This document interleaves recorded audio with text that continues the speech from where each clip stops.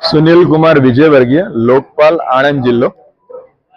આજે જે વાર્તાલાપ યોજાયો છે એ વીબીજી રામજી, જેનું ફૂલ ફોર્મ થાય છે વિકસિત ભારત ગેરંટી ફોર રોજગાર આજીવિકા મિશન ઓફ ગ્રામીણ, એને શોર્ટમાં વીબીજી રામજી કહેવામાં આવે છે। આનો હેતુ વીબીજી રામજી જે યોજના છે એને 20મી ડિસેમ્બરે મહામહિમ રાષ્ટ્રપતિ દ્વારા સહી કરીને 21મી ડિસેમ્બરના રોજ જે ગેજેટમાં બહાર પડ્યું એના વિશેની સાચી માહિતી આપવાનો હતો। સૌથી મોટો જે કન્સેપ્ટ હતો કે મનરેગાનું નામ બદલીને વીબીજી રામજી જે કરવામાં આવ્યું છે એમાં દિવસો વધ્યા છે। 100 દિવસના બદલે 125 દિવસની રોજગારી આપવાનું સરકારે પ્રયાણ કર્યું છે અને કેટલાક ચેક પોઈન્ટ્સ મૂક્યા છે કે જેની અંદર હાજરી જે છે એ ઇલેક્ટ્રોનિક માધ્યમથી એઆઈ એન્ડ આર્ટિફિશિયલ ઇન્ટેલિજન્સનો ઉપયોગ કરીને કરવામાં આવી રહી છે અને કરવાની કામગીરી ચાલુ છે।